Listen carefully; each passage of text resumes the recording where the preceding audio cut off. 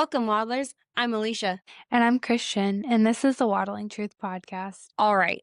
Raise your hand if the moment you walk through their front door, it hits you like, oh my God, they really just sent me home with this baby. At the hospital, you have nurses, you have call buttons, you have people checking in on you constantly. And then all of a sudden they send you home with a human. It feels like, when did we pass this class? Literally, it is such a shock when you leave the hospital with a baby because I don't feel like I'm responsible enough for this, to be real. Like, I don't think this is a good idea, but we'll give it a go. Asked my mom for permission. Did she say this is okay? Yeah, like, did you ask an adult? Did you ask an adult before you gave me this baby? Because I don't feel like I'm allowed to have this baby. Did I become the adult? Yeah, it kind of feels like when you leave the hospital, it literally came in with the baby. But like when you leave the hospital, it feels like you're stealing a baby. They cut off that security tag and they just let you go. Like, I did actually push out a baby, but this is not the baby that I pushed out. Like, I don't know. It's the weirdest. Honestly, I would say one of the most weird things, besides like feeling baby's cake and stuff. Like, it's definitely like a really weird sensation, like leaving the hospital. What was your first thought when you left the hospital with your baby? I don't think I'm allowed to do this. That's what my first thought was. I don't think I'm supposed to take this with me. It is as if you're stealing shampoos and liquor from the bar from a hotel room. Oh, That's so what it you feels thought when like. you walked out the hospital, the alarms were going to go off? Yeah, no, for sure. Where's the security tag of this baby? Yeah. That's like for real what I thought. Did they give me the right one? Not gonna lie. Dude, with Evie, I've never had that thought process, but with Evie, she changed so much. Like when we got home, she changed so much that I was kind of like, I need to make sure that this is my kid. Not gonna lie, with my third child, I thought they switched babies on me because he was so angry and because he had colic. And I just remember like, oh my God, this isn't my baby. He doesn't like me. This one's broken. Can I return this one? It's broken. So what pregnancy was it that you felt comfortable leaving, and then which one humbled you right away? Baylor humbled me very quickly. I remember we were 3 weeks postpartum, which I feel like is still very you just got home from the hospital. I mean, at the time it felt like a lifetime, but I remember her being 3 weeks old and crying, and I was like, I've done this twice before. Why are you crying? And then Josh came home and she was crying, so I started crying, and I was like, here. And he was like, go lay down for a minute. I got this. And he took her outside and she immediately stopped crying. And I'm like, traitor. But they all turned into traitors. They all love their dad. I didn't believe that. I did not believe you when you said that. And they then are. They're all traitors. Daughter... All little girls. They all turn into traitors. They're your besties until they hit 8 months old. And then they're all about that daddy. Okay, so let's go to the first night home. So that first night home hits different. Nobody can prepare you for it. At the hospital, the baby sleeps and you think, wow, we got a good one. Okay, I'm going to take it back. I'm sorry. Because the moment I got humbled is every time I went home, because I would forget every time. There is a way. So when you first are in the hospital and it's your first night in the hospital, your baby sleeps the whole time. They're really tired. They just went through birth too. And so you're both really tired. The baby sleeps good. They don't necessarily nurse all the time, but I don't know, it's a weird thing. You're I got a really good baby. And then night two or three is they awaken. And the adrenaline from mom wears off too. They literally become little boob monsters. I'm sorry, I didn't mean to talk over you. Say that again. No, I'm sorry. I was saying the new mom adrenaline wears off too by the time you go home. It really does, because and I think that's because you get home and that's where your body's used to relaxing. So your body just but it's weird. I remember with Jocelyn coming home and being like, where do I put her? What do I do with her? What do I do with my hands? Yeah. But I also feel like hospital versus home is kind of like one of those scenarios where it's Instagram versus reality. Yeah. Because in the hospital, they want you to write down every poop, every pee, every feeding, all this other stuff. And I feel like, especially for new moms, you think that that's actual reality. And some moms do keep it up when you go home. I do agree with that. Especially if you have a NICU baby, you try to keep them on that schedule of every 3 hours. But I just remember when I brought home my son, I they gave you that chart, and literally I thought that's what you were supposed to do. So I made copies of this to make sure that I was tracking every feeding because I thought when you went to your first doctor's appointment, like they wanted to see that you did your homework. Like that's what I did too. I thought that they wanted to see that you were feeding him on track. And they did. I don't know if your doctor did, but mine did. No, they would just ask, they would weigh him. So they would weigh them. And so if your baby doubled weight by the time you went there, they didn't really care. And Really? so yeah, so I mean, when I would go in there with my papers and everything, they're like, "Oh, Was that with Jaden? well, Jaden tripled his weight by his 1 month because he was only 3 pounds when he was born. So by the time he hit his 1 month appointment, he went from 3 pounds to almost 9. So he tripled his weight. With Colin, I feel like they did, like, the newborn one, and then you had to go back a week and then 2 weeks, if I remember correctly. But I just remember even with Colin, like, I still thought that they wanted to, watch it, and I made copies of the papers and everything, and they're like, "No, we're not worried about it." And so I do feel like that is a misconception because I do think it depends on the yeah, doctor I mean because I do remember, I mean, I did just have a baby, so yeah. maybe that's also, but I would say they do ask you like how many poops and like pees and Mhm. everything. And like they ask you, are you feeding them every 2 to 3 hours? Like, but they don't really care to see the proof. But I did keep Mhm. track because I don't know. It's funny because I'm not a very organized person, but there is apps that I use. I just recently stopped tracking feedings, and that's because I stopped breastfeeding. One, I didn't stop, but I slowed down. I'm doing combination feeding now at almost 8 months old. So, which by the way, I'm super proud of myself. I've never gotten that far. But I think if you're breastfeeding, I think you end up keeping track. But I know my mother-in-law was never like that. She never kept track. She was always just like, feed the baby.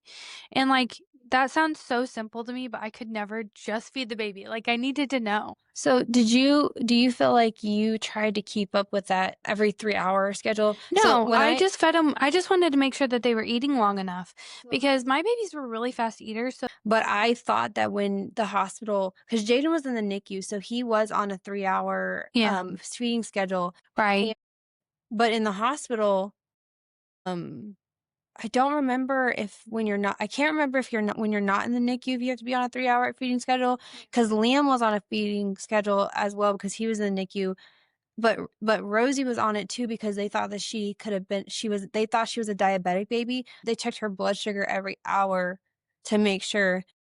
But I do remember when I had Jaden that I thought that I had to keep him on a 3-hour feeding schedule, and if I fed him before that, I thought I was messing something up, and if I missed it, I would freak out. So if he, like, slept. I will say with Jocelyn, I was the exact same way. Like I was, and she was hungry because we didn't have a good latch.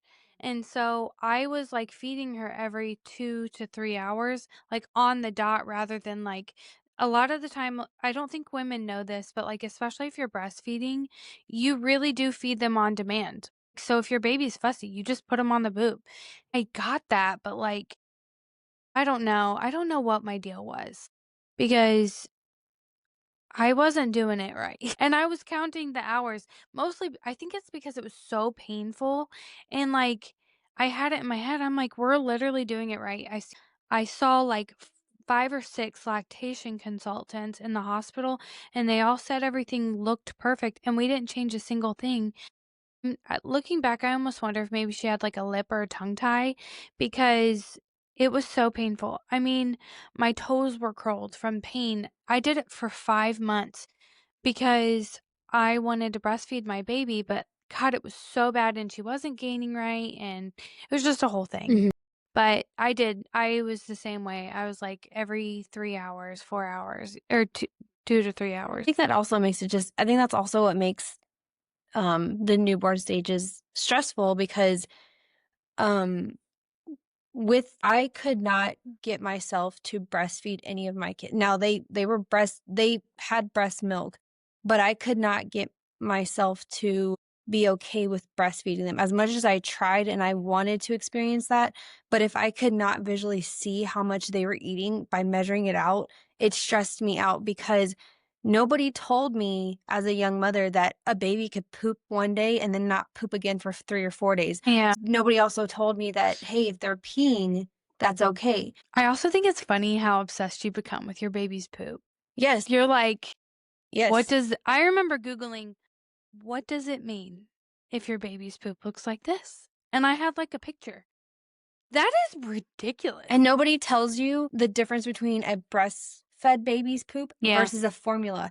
So the first time you go from breast milk to formula, that transition, nobody Yeah. warns you about that, but then nobody warns you from when your baby goes from formula to solid food. Yeah. Nobody, you're just like, oh my God. Well, in Noelle, I brought her home. She was my fourth, and I brought her home, and she had a meconium plug. Mm. And I remember them saying something in the hospital, and they were like, "Oh," and she had a meconium plug, and I thought, "Well, I'm glad it happened here," but they, like, didn't, like, say anything else to me about it. She was so stopped up, she screamed the first, like, 5 days she was home. She finally passed it. Now, we did get into the doctor, and it might not have been that long, but it felt like it was forever because she wasn't sleeping, she was screaming, and I never had a baby do that before. Mm.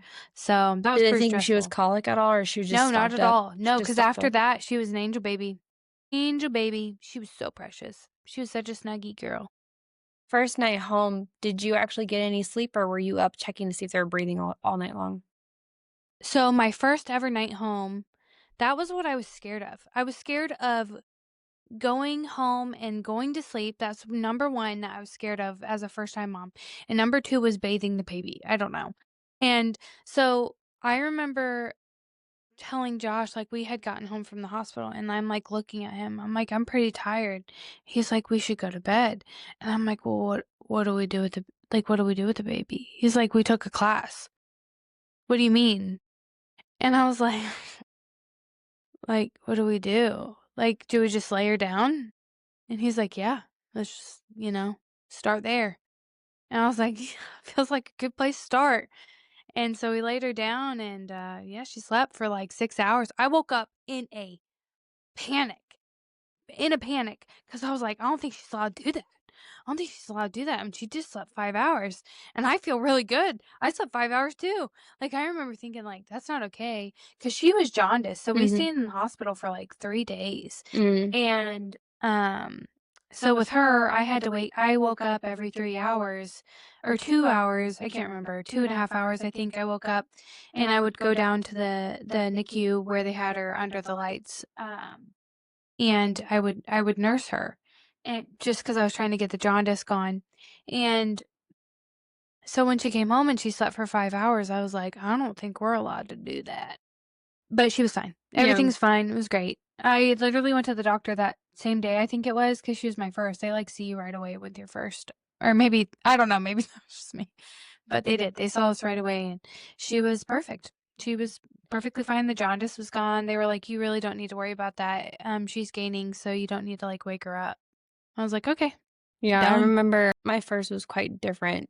My dad, I just love my dad. He set his alarm every 3 hours to make sure that I was awake for, like, 4 months, to make sure that I would wake up for him, and I just remember he would come in there and he would change his diaper, and I would go down there and make him a bottle because he would wake up every 3 hours, and usually I was awake. I was awake because I was terrified to sleep Oh, too poor long. girl.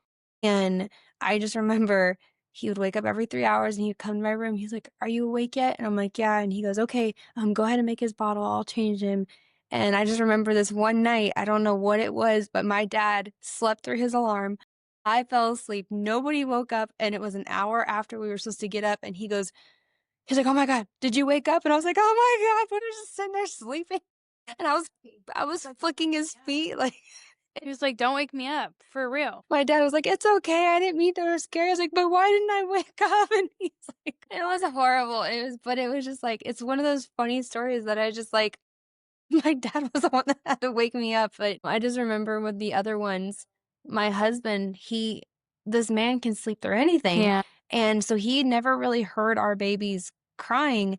And this poor man, he would feel so bad that he would stay up he would stay up until 3 a.m. every morning just to make sure that he was up for feedings because me and my husband we always have this role where I feed them and he will change the diaper.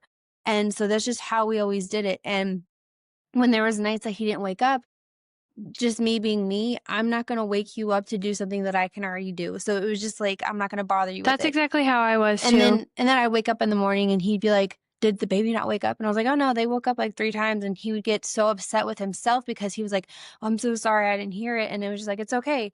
And so what he did Anything wrong with that? no. And I didn't think there was anything I mean, unless there was like a really hard night and I'm like sitting there trying to get you Yeah. to wake up and you're not waking up, and then I'm getting frustrated. But he also worked all day long, so I also understood that I was on maternity leave and so I was just fine with it because I could take a nap during the day. But when he found out that there was a time where I did not wake him up, he stayed up until 3 a.m. almost every night because if I woke up with him, he was already there with a diaper. And I just finally had to tell him, like, hey, it's okay. You can go to sleep. Like, because I felt so bad. He would stay up till 3 a.m. and then you have to turn around and get up at 5 to go teach and go coach. He was, taking care of Jaden and getting him to school. And so it was just, I think like I got lucky to where my husband wanted to help and he would make himself feel bad that he wasn't to where it was like, okay, you really don't have to do that because even though you're like, it's really hard to get you to wake up, you do so much. Like, it's not like you come home from work and you ignore us. You're helping Right. everywhere. And so we finally got on a routine. I mean, by the time Liam came home and Rosie, I mean, he became a very light sleeper. I think also, having a baby in the NICU kind of makes you a light sleeper because with Liam, I had an outlet for Colin, but I did not find it very reliable. I don't like it. But with Liam, we got an actual pulse oximeter where you can change the settings and the alarm will go off. So with Liam, it would go off, and I think that made him a very light sleeper. So he started hearing everything. So I just See, I'm the complete opposite. If Josh woke up and was trying to change a diaper, I'd probably punch him. Cause like, get out of my way. What are you doing here? Like, I want to live vicariously through you. Because I'm breastfeeding, why don't you just sleep? Plus, I also do stay home. So, like, I mean, I think it's different for everybody, and everybody has to find their like thing. The one thing that makes me feel seen as a mom who does wake up is I remember, I think it might have been Noel. I remember one night I was up and I don't think I slept at all.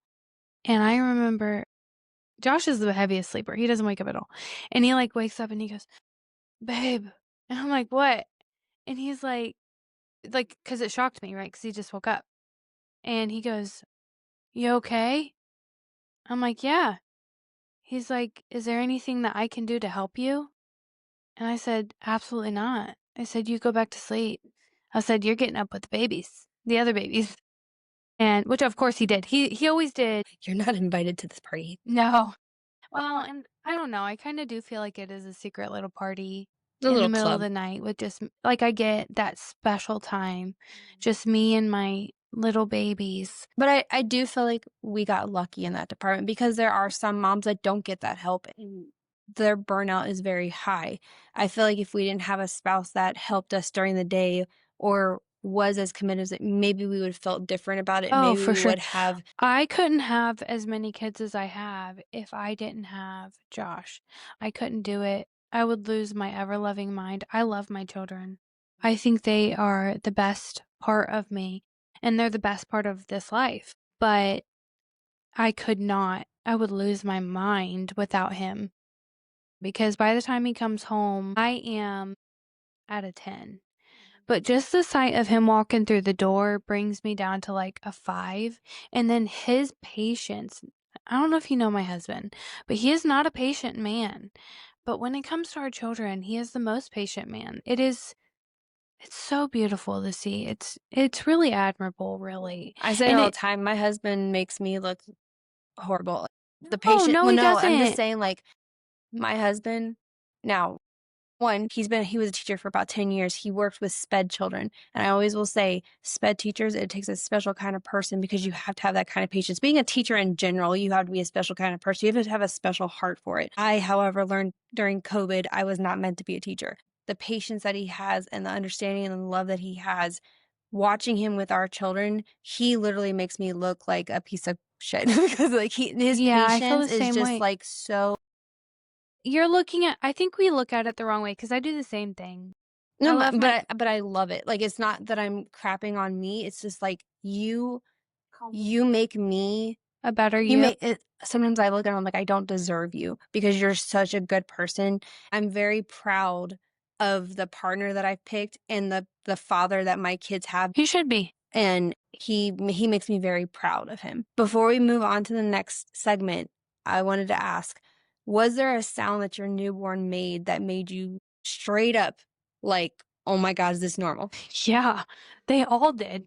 And it's funny because like, I always forget about it, but I remember Josh, it was, like, the middle of the night, I got up with one of them. I can't even remember which kid, but he woke up and he's like, "I freaking hate, like, when they do this," and it's like, they, like, snort in their sleep, like, it's just a weird noise, and I remember them it just sounded like they were choking, Mm. and so I'd, like, sit them up and pat on their back, and, like, realistically, they were fine, so I don't know.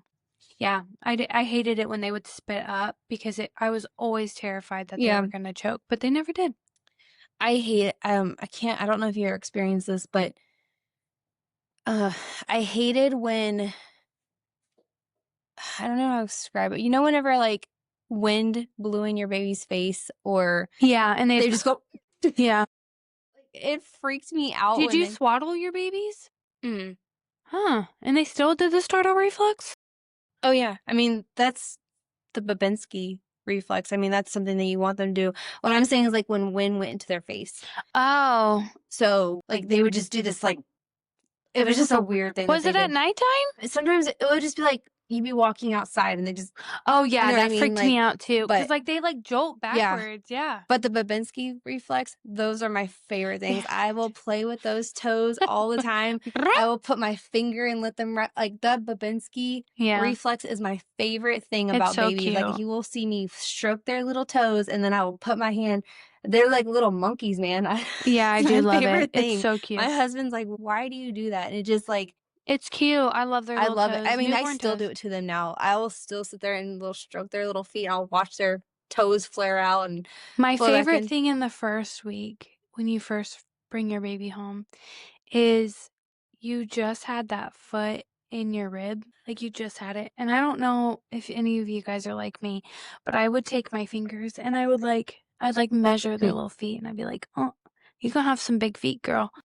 And I'd be like, you know, feeling them and you could always tell where they were and so I remember whenever I'd just have them, and I have them, like, in a onesie or whatever, and I'd just look at their little sweet little feet, and I'd be like, "Aw, that was just in my rib yesterday." You know, I know.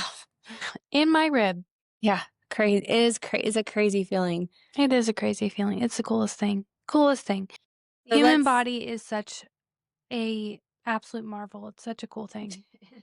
it's crazy that Another thing is you literally pop out a whole ASS human, and then they're like, "Oh, so good luck and enjoy your baby." And you're like, "What?" we need to we have to we have to take, 26 credit hours to graduate high school, but we get to leave this baby with no certification. Let's go on to feeding for the first week. Were you shocked on how much they eat when they go home versus how much they eat in the hospital? Yes, because the first night home or the first night that you have a baby, you're both so tired from giving birth because they also did all of that too. Yeah.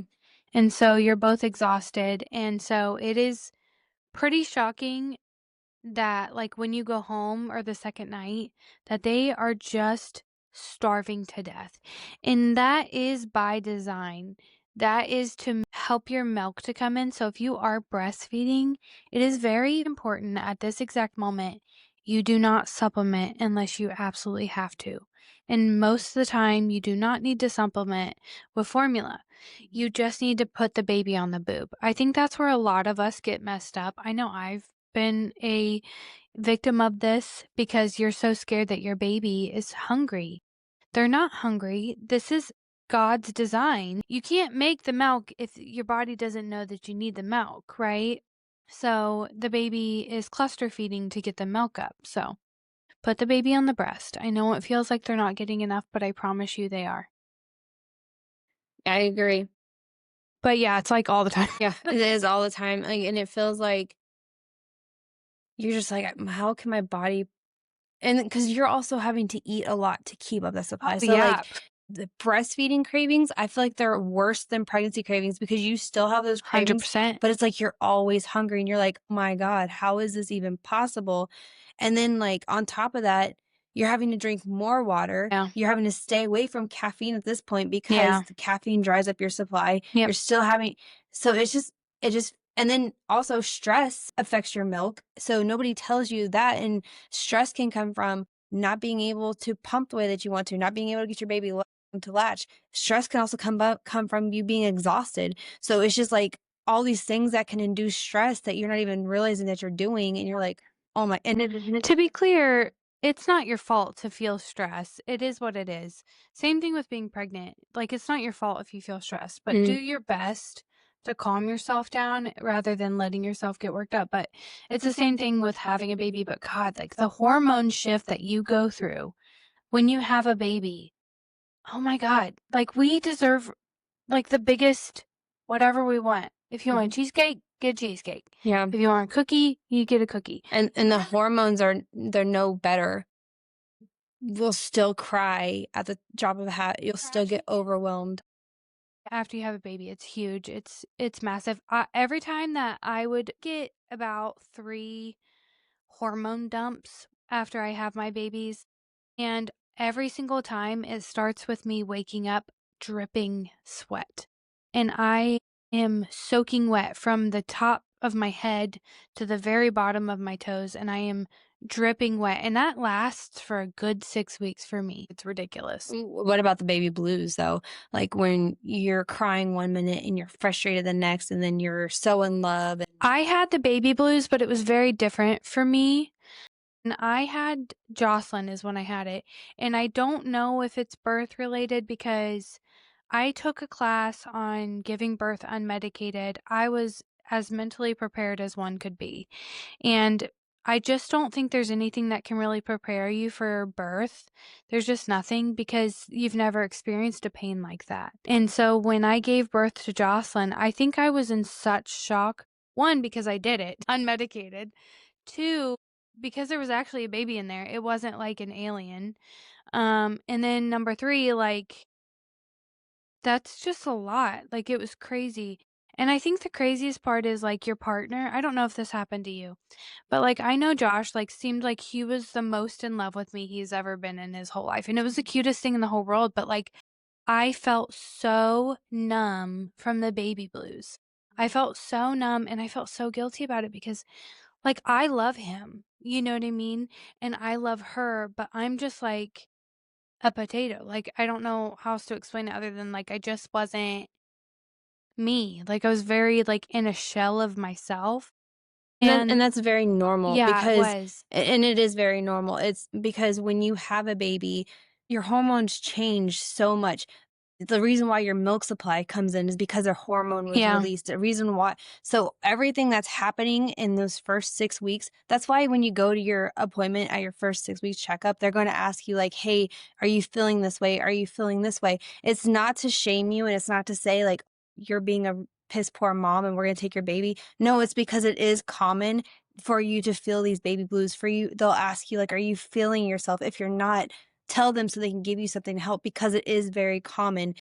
That is where It postpartum is. depression comes from. I feel like it's a slippery slope. I feel like 6 weeks is too soon. I agree, but I think they do that because so many people, unfortunately, there are so many people that don't wait that 6 weeks and they end up pregnant again, and then they end up with postpartum depression in pregnancy. Yeah. So I think the reason why they do it at the 6 weeks is because technically that's when you're supposed to When be you get the all cleared, clear.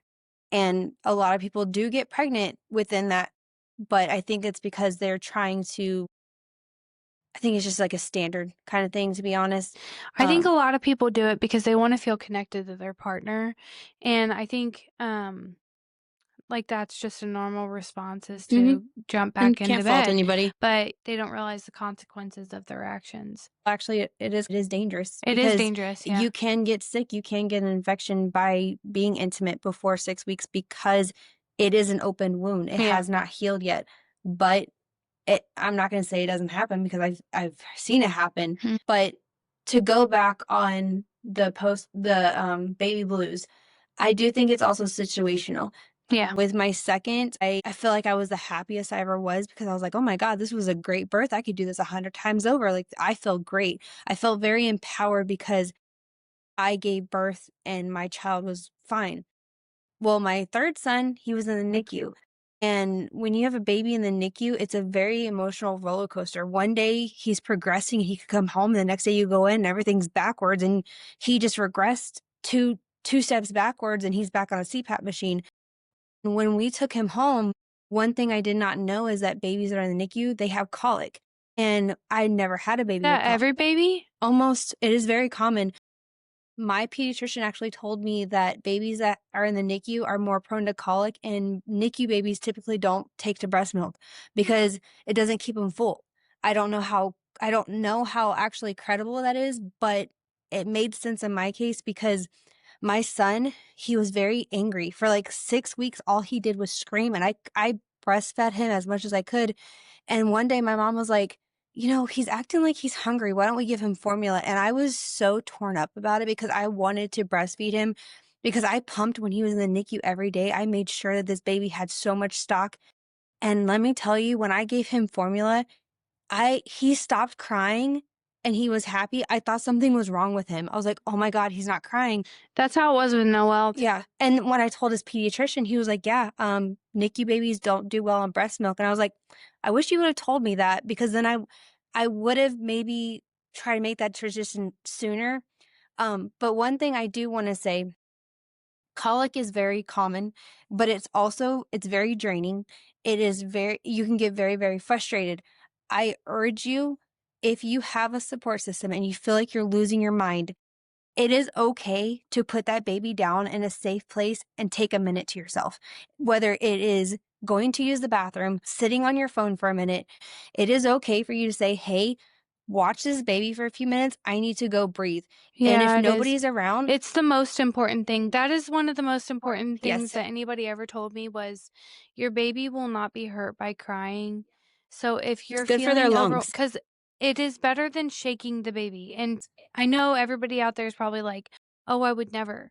But I've never shaken my baby. I'm not going to say that. But And I've like, been on I've calls been where so I have been on a frustrated. call, but I will say swaddling your baby up and, putting him in the bassinet, your baby will be fine. Crying is good for their lungs. If they're crying, they've got great lung capacity.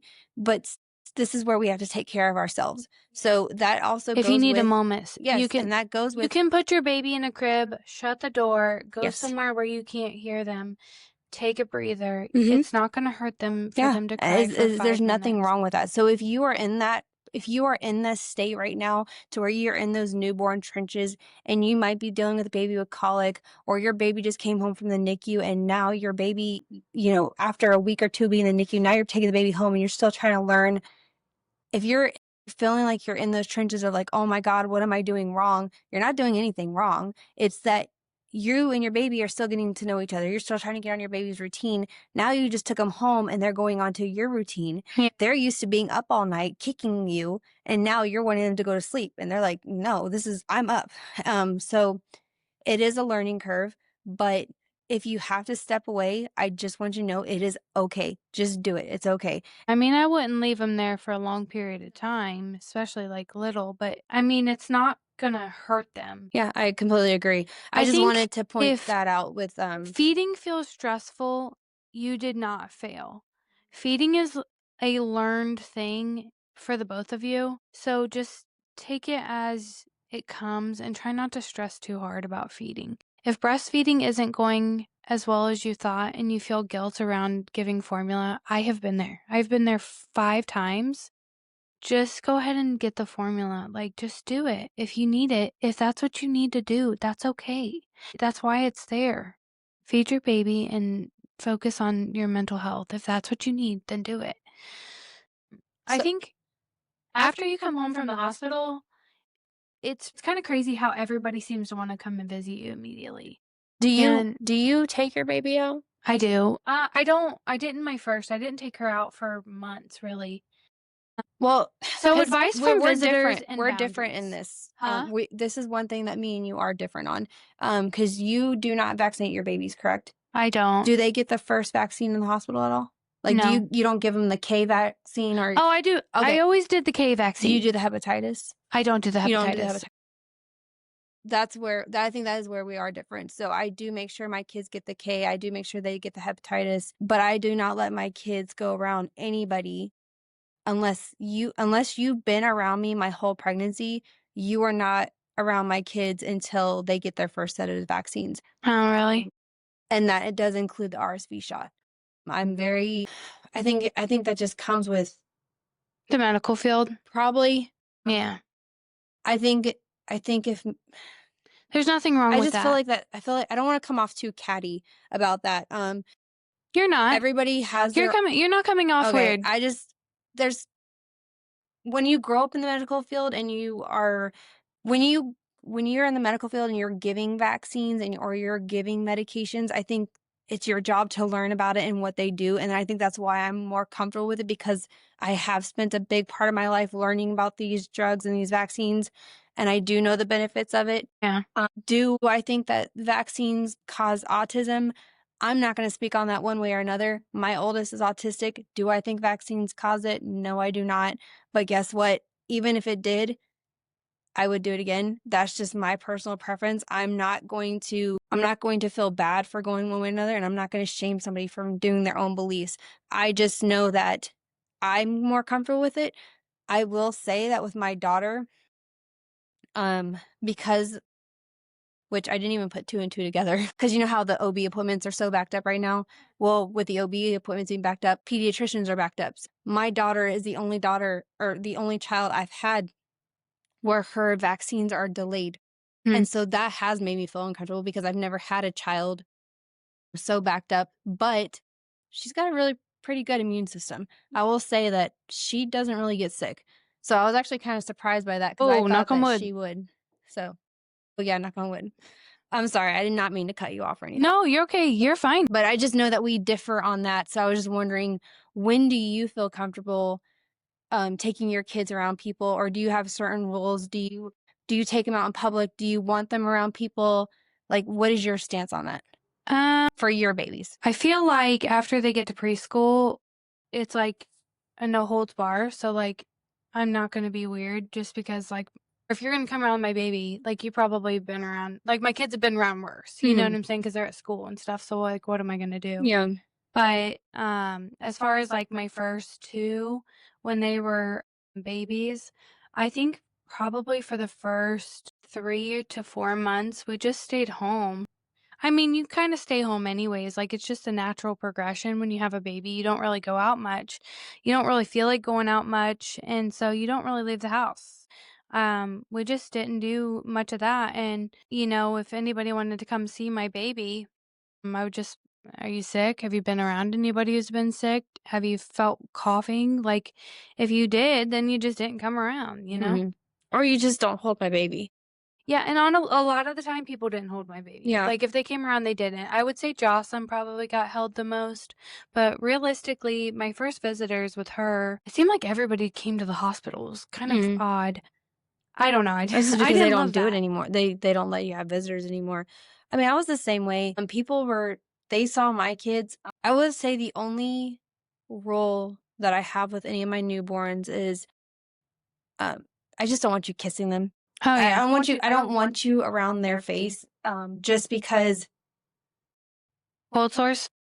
cold sores, a lot of the sicknesses that we have are airborne, or it comes because of droplets and stuff. But my kid goes to school, my husband was a teacher. Hmm. If they caught something, that incubation period that you're in before you actually get sick, the whole household has already been exposed. So what am I Yeah. going to do? Say, oh, now you're sick, now you gotta stay away. No, we're gonna get sick regardless. If you are knowingly sick and you come to my house, I feel like that is more shame Selfish. on you than me, But because yeah. you should have had more of respect for me to say, hey, I'm sick, you got kids. I know you're gonna have to take care of that. Let me stay away. But if you bring it into my house and I see it, I'm like, okay, well, I already know what's gonna happen. Yeah, it The used only to thing I piss would me off say when is, people would come over yeah. The and only thing I would say is if you're sick, and you come to my house, Yeah. stay back. Like, just, don't make it worse than it's already going to be. But I feel bad because, like, recently, we went for Christmas and, one of my babies ended up having a fever, but she didn't have a fever when we got there, so I felt so guilty. I don't think anybody got sick like that because I do think it was, like, the season change, but I felt so guilty because I was like, "I didn't know." You know what I mean? Like, I didn't know, and I wouldn't willingly, like, do that if I would've was thought. it your 2-year-old? Mhm. I was Or gonna is my ask you, does 1-year-old? she have her molars yet? I was thinking it's molars because it's like a runny nose and nobody else seems to have it. Because Rosie has the same thing going on, and where her gums are, you can tell her molars are trying to pop in. I haven't looked. I'll have to look. So when you told me, I was like, because Rosie's been like going like this. I could see I that. was gonna ask you earlier which one it was, but I'll ask her. I did think it might have been it. I thought it was something odd because it just was very off for her. Mhm. She doesn't look like she feels good, so I don't know. It's hard to tell, but Yeah, um her too. no, I don't think there's anything wrong with keeping people away from your baby's face. I think that's just like a rule of thumb. I don't know though. I'm more of the as long as they're past 6 weeks, if you accidentally kiss my baby on the forehead, like, I'm not gonna freak. But if you're kissing my baby on the mouth, like, it pisses me off more than anything else in this world. But I will say, my mother-in-law and my father-in-law, my mom and my stepdad were so respectful. They were so respectful of my babies, like, they always made sure to do everything, and I remember my mother-in-law, like, she's, like, the one person I don't think I would care if she did like, she might've kissed my baby's face, but, like, I would have never thrown a fit about her just because we're around her so often, so it wouldn't bother me. My mom has the common sense that if she's sick, my mom, when she's sick now, she doesn't let me bring the kids over, and she Yeah. knows that I don't really care. I have no problem with my kids getting sick. It's just there's certain sicknesses that I am hesitant on, which one of them is being RSV. If your kid has RSV, I don't want my kids around it because that is something that there's so many of them that are hospitalized from it. But in conjunction to from from my understanding, from my knowledge, a lot of the times the reason why babies end up in the hospital for RSV, it's because RSV, it is a upper respiratory virus, which is a lot of mucus and a lot of phlegm. Kids don't know how to hawk a loogie. They don't know how to blow out their nose. So, and a lot of parents, they don't know how to properly clean it out. So by the time that these babies are already decompensating and they're needing to go in the hospital, it's because overworked their body and they're tired. And so that's why they start desatting. So when you're going there, that's why they're getting breathing treatments because they're trying to break up that mucus to get it out. One thing I will always recommend, if you put it on your baby registry, anything, look for a really good nose suction. And I'm not talking about I do not like those Freedom Mom nose suctions. Those are I the don't, only ones I use. the electric one, No. the sucker one. Yeah. I use the sucker one because I I can can control control my it. suction. Yeah. But I also have a hospital grade one where I can plug that sucker in if I need to turn up to level 9 because my kids are snotty. I will do it. But my 2 boys typically get RSV or croup almost every year, and as long as I keep up with their mucus, they're fine. See, But mine do too, but we never had I mean, knock on wood, we've never had an issue either. yeah. But And my best friend, her daughter gets croup and it's bad every well, and time. one of the things to do when your kid has croup is you need to put them in a cold environment. So my house, every night we go to bed, it is at 69 degrees no matter what. My That's not husband cold. hates it because he likes to be snuggly and warm, but Tell him to my get a house is blanket. 69 degrees no matter what. And if they start getting a cough or if it starts to sound like there's something in their chest, it's at 69 degrees. I'm sorry. I don't care. Alicia, are you trying to tell me that 69 degrees is cold? No, no, for my husband. Yeah. I know, but, like, are you trying to say that's what you do for your kids? Yeah. It needs to be colder than that. No, my house is freezing at 69. I can vouch for that. Like, even my dad will walk in my house, he's like, "Oh my god." But, yeah. Okay. Hey, I've had enough of my AC units freeze up on me. 69 is as low as anybody will let me go. But also, when it gets when it does get bad, I take them outside Yeah, into the no, I cold think that's a weather. good idea. I'm sorry, I don't mean to come across as a B word. I just think 69 degrees is cold is silly. I do. well, the air I get conditioner, it. you know what I mean? Yeah. But I mean, I Do think you it's freeze at my house? no, Everybody else says they do, but no. I just was curious. But your house feels like mine. Huh. So I don't Anyways, we can move on. I'm sorry. no, it's fine. But so like that's also one thing that you should do. And I was gonna ask you, with me, when my kids are sick, I do not separate them. I would rather them all get sick at once, deal with it once, and then go about my way. Do you feel the same way? You know, Or does it depend on how small they are? it depends on which sickness it is. So, like, the puking sickness has been, like, what's been getting us the last few years, which, by the way, being pregnant puts me in, like, the immune compromised zone. So, like, normally, like, adults don't get the pukes. Like, we just don't. And I'm telling you, I've been dealing with it for, like, 2 years now of straight puking. You would think that I'm, like, a size 0. I'm not. But, yeah. Anyways, if it's puking, you are I will put you in the attic. Don't touch anybody, don't touch anything. If you need me, call me. I give them tablets, they have unlimited tablet time, which if you know my house, you know I don't do tablets at all. So, like, tablet time, like, when they're sick, it's kind of a prize, Yeah. but it's not really fun to be throwing up on your tablet, but this way they can call me, they don't have to come out of their room, But your but girls share a otherwise room, right? yeah. So do you still separate them even though if they've already been around each other? Yeah, so the rule is like, say so Jocelyn, Peyton, and Baylor are in the same room. So if one of them is sick, we'll say Jocelyn's sick. I'll put her in the room in one of the beds, and I'm like, nobody's allowed to go in there. And that's only if it's a puking sickness. That's the only time I'll do it because that's the only one I've been able to contain essentially. Whereas the other ones, like, it's kind of like you're kind of screwed. The puking one you can get away with, like, containing him. Mhm. Otherwise, it's just, I try to contain my husband because I swear to God, if that man gets sick, he's down for like a month.